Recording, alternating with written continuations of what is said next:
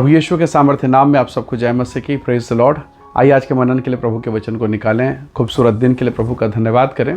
मेरे साथ मत्ती के सुसमाचार को निकालिएगा, उसका 9 अध्याय और उसका वचन 38। यहाँ इस प्रकार से लिखा है, इसलिए खेत के स्वामी से विनती करो कि वह अपने खेत काटने के लिए मजदूर भेज दे। Praise the Lord, hallelujah.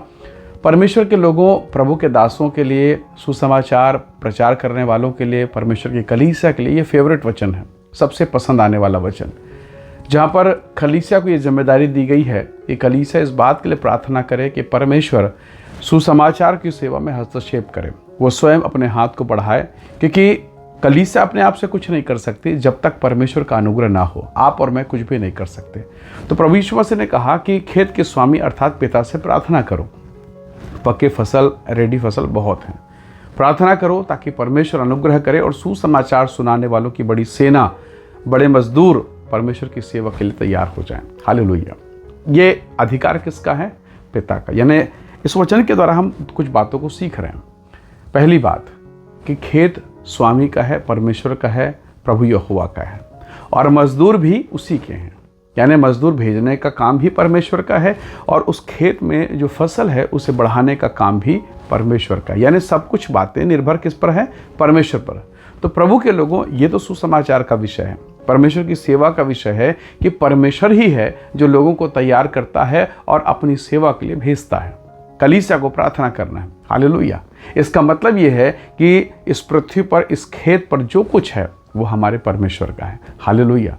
तो परमेश्वर के लोगों, क्या इसका यह अर्थ भी नहीं कि इस संसार में जितनी भौतिक आशीषें हैं, जो संसार की आशीषें हैं, जो आत्मिक स्पिरिचुअल ब्लेसिंग्स है, वो सब कुछ परमेश्वर के हाथ में है।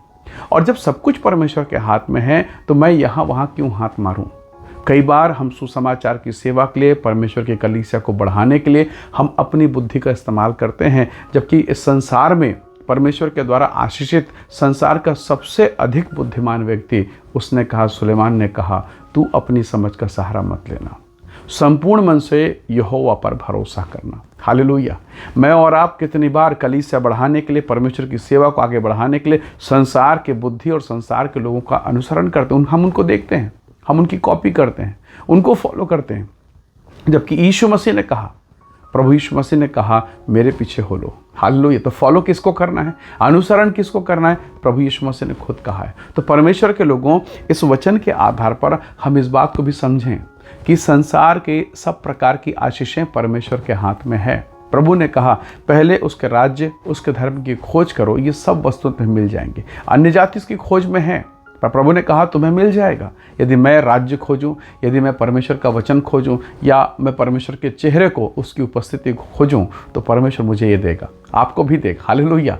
तो प्रभु के लोगों, सब कुछ जब पिता के पास है, हालेलुया, सब कुछ जब परमेश्वर के पास है, मैं कहीं और क्यों जाऊँ?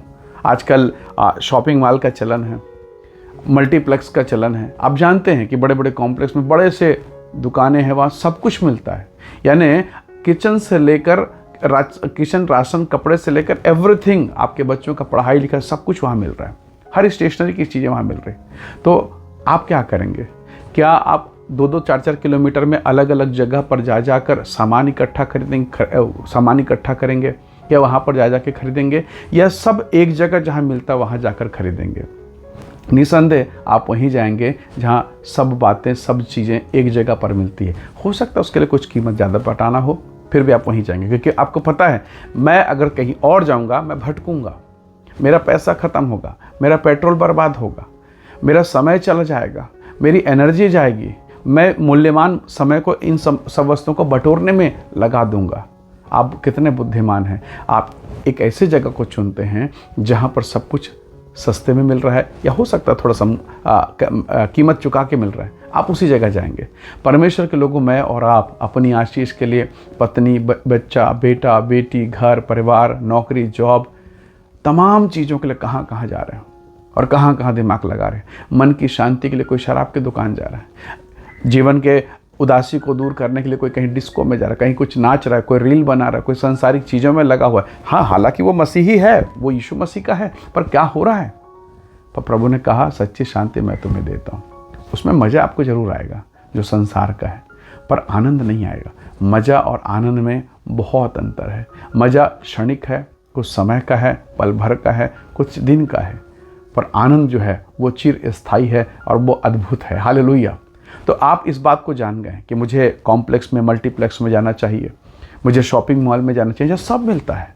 तो सब कुछ कहाँ मिलता है? परमेश्वर के चरणों पर मिलता है। प्रभु ने कहा मैं सब कुछ तुझे दे दूंगा।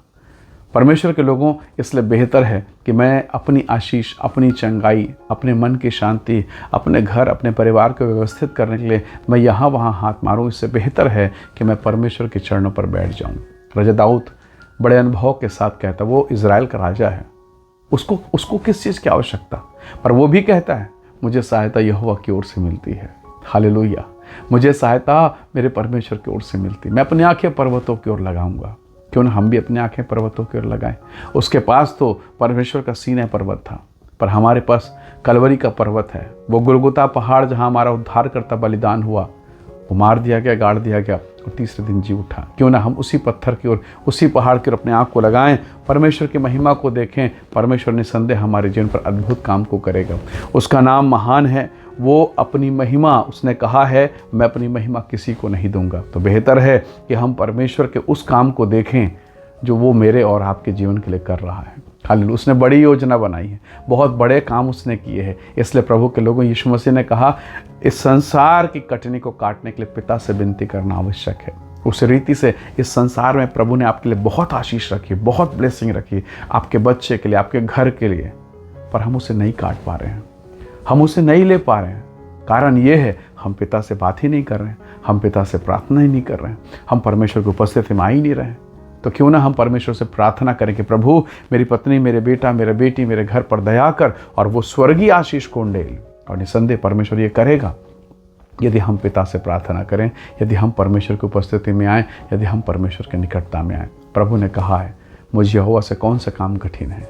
आज के दिन में प्रभु से कहें खुदावन मैं यहाँ वहाँ भाग रहा था, मैं यहाँ वहाँ देख रहा था, कभी डॉक्टर के चेहरे को तो कभी किसी और के चेहरे को, किसी रिश्तेदार के चेहरे को मैं आशा लगा के देख रहा था।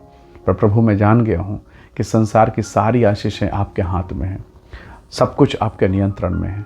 प्रभु से दुआ कीजिए, प्रार्थना कीजिए ताकि हम उस अनुग्रह को पा सकें। हालेलुया। मेरे और आपके जीवन के लिए बहुत आशीषें हैं। आपको काटना है, पिता अनुग्रह देगा और आप उस आशीष को पाएंगे। आइए आज के इस दिन में हम अपने परमेश्वर का धन्यवाद करें, प्रभु की महिमा करें।